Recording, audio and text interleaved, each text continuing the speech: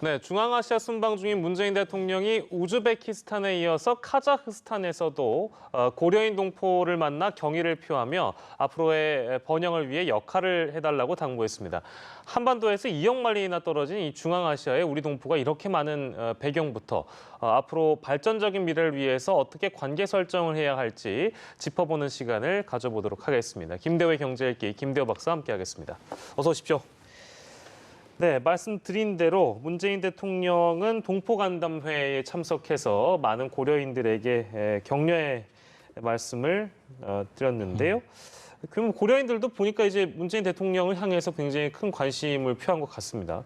아무튼 저희가 이제 오늘은 지난 시간에 이어서 고려인에 대한 얘기를 좀 더 해볼 텐데 얼마나 많은 고려인들이 이 아시아에 거주하고 있을까요? 현재 한국인 피를 가진 사람으로 고려인을 기준으로 할 때 약 한 50만 명 정도로 추정이 됩니다. 50만 명 정도면 지금 적지 않은 숫자죠. 거기다가 뭐 결혼을 했다든지 피가 좀 섞인 사람까지 포함하면 70만 명까지도 볼 수 있는 저렇게 넓은 지역에 저 한국에서 저렇게 먼 저 천리 만리 떨어진 곳에 저렇게 많은 한국 사람들이 살고 있고 문재인 대통령이 가서 지금 만나는 저 장면은 그냥 단순한 행사가 아니라 서로 100년간이나 헤어졌던 형제 동포들이 만나서 끌어안고 100년간의 회포랄까요? 그동안의 어떤 서러운 감정 이런 게 북받쳐 올라서 서로 울기도 하고 참 가슴 찐한 그런 대목이 많이 연출이 되고 있습니다. 저희가 아까 그 고려인들의 어떤 분포를 지도를 통해 보여드렸는데요. 우즈베키스탄이 제일 많았었고 카자흐스탄이 그 다음 정도로 보이네요. 19만, 10만, 또 그리고 오른쪽에는 러시아가 4만, 모스크바 쪽에 또 4만 이렇게 또 보이고요. 총 55만 명 정도다 이렇게 말씀을 해주셨는데 이렇게 좀 먼 곳에 고려인들이 그러니까 우리 동포로서 존재하고 있다는 것은 어떤 이유인가? 일본과 스탈린 때문이다. 이거 왜 그런 겁니까? 우선 문재인 대통령이 이번에 그 카자흐스탄이나 우즈베키스탄 방문한 목적이 그 나라와의 가스라든지 원자재 협력도 있지만은 그렇습니다. 신북방 정책을 한번 본격적으로 활개를 한번 펼쳐보겠다라는 그런 측면인데 그 바로 신북방 정책이 지나가는 길에 우리 고려인 동포들이 55만 명이나 살고 있는 거예요. 그런 면에서 잊어진 동포를 찾는다는 것도 중요하고 문재인 대통령이 신북방 정책을 꽃에 피우는데도 저 사람들이 굉장히 중요한 제목이 될 것이다는 거예요. 지금 말씀하신 왜 저렇게 55만 명이나 저 먼 지역까지 가 있느냐. 한마디로 구체적으로 역사적 사실로만 얘기하면 스탈린 때문입니다.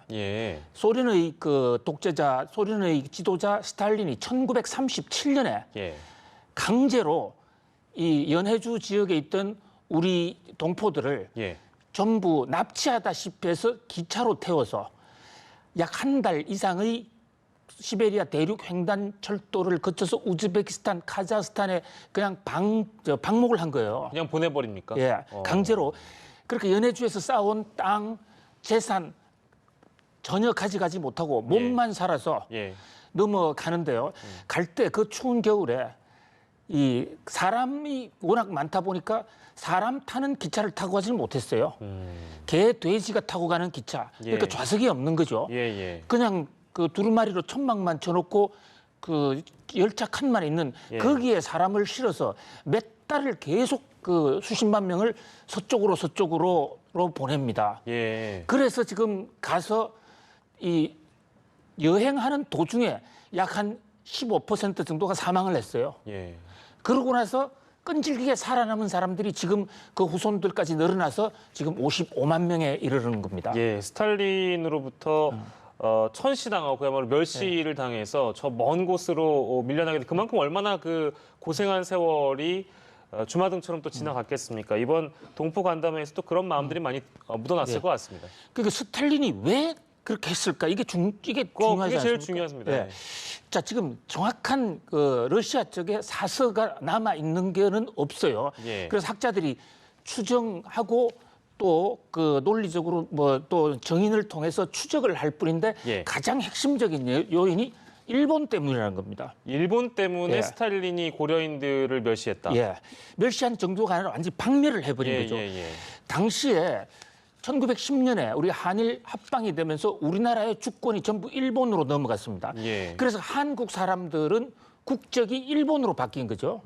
그러니까 일본은 러시아에 살고 있는 우리나라 사람에 대해서 일본이 우리 동포로서 우리가 관리하겠다라고 러시아 측에다가 이 관할권을 요구를 했고요. 예. 거기다가 또 우리 만주 육사를 나온 우리나라 전직 대통령도 있습니다만은 예. 만주 일본 육사를 나왔다든지 하는 그런 사람들에 대해서 러시아가 혹시 일본이 쳐들어올지 모른다라는 그런 공포심을 가지고 있었단 말이죠. 예. 그런데 연해주에 있는 많은 사람들이 내통하고 있을 것이다. 예. 이른바 친일 분자들하고 내통할 것이다 하는 그 의혹 때문에 거기에 화근을 두면 안 되겠다. 그래서 싹을 전부 다 서쪽으로 일본과 커넥션을 할 수 없는 예. 오지 중에 오지 왼쪽으로 전부 압송해버린 거죠. 그러니까 일본의 간첩이 될 수 있다는 이유로 그렇습니다. 이렇게 천시를 한 거군요. 아이고 참 저희가 역사를 좀 되짚어보고 있는데요.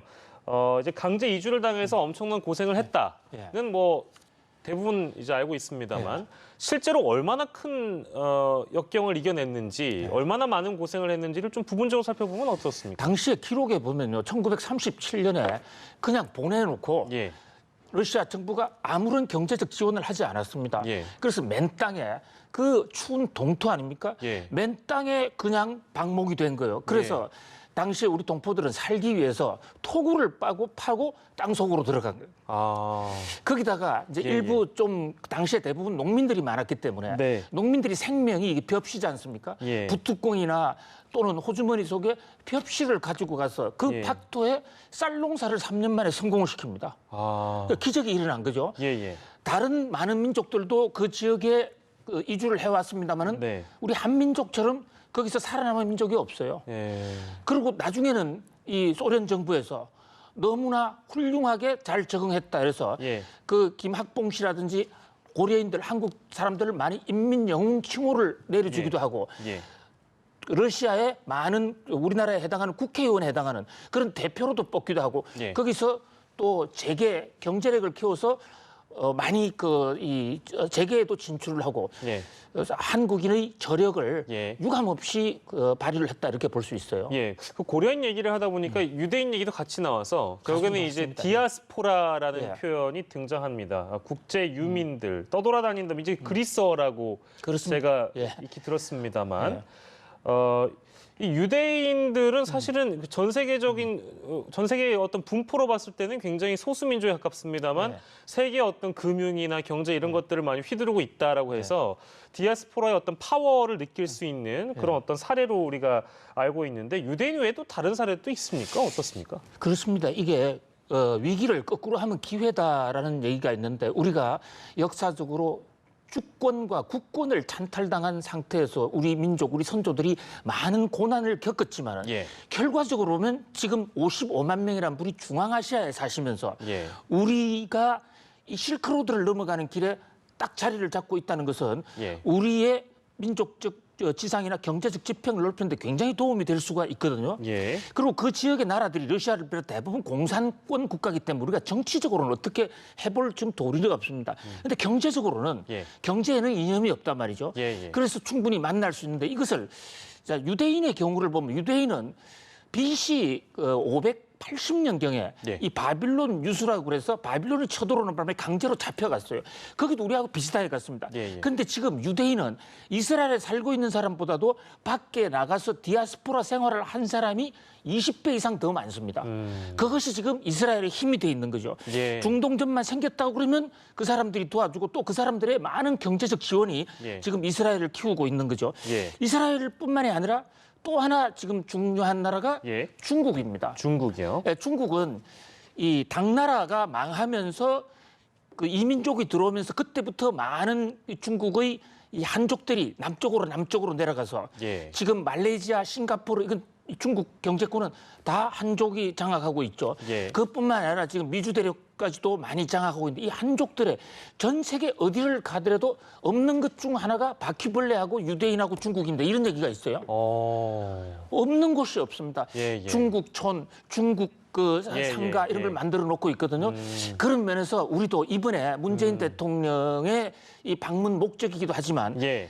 그냥 말로만 거기에 수십만 우리 동포가 있다라고 예. 그냥 감상에 젖어서 한 번 울고 헤어질 것이 아니라 예. 이번 기회에 코리아 디아스포라, 코리아 경제 연대에 한번 체계를 잡는 그런 중대한 교두보가 됐으면 한다는 이런 생각이에요. 예, 그냥 한 번에 동포 간담회로 끝나는 게 아니고 새로운 관계 설정을 통해서 어떻게 보면 우리의 새로운 경제 영토를 넓히는 데까지 그렇습니다. 우리가 예. 나아가야 된다라는 말씀이신데 관계를 잘 설정해 나간다는 어떤 전제 아래 질문을 드리면 우리에게 어떤 도움이 되실까요? 그걸 어떻게 바라봐야 될까요? 일단 뭐 그 사람들이 돈이 있다 없다 이런 걸 떠나서 지금 우리가 미국, 중국, 일본 이 세 나라 빼고 나면 우리 지금 세계적으로 굉장히 큰 나라고 다 무역을 많이 하는 나라도 불구하고 예.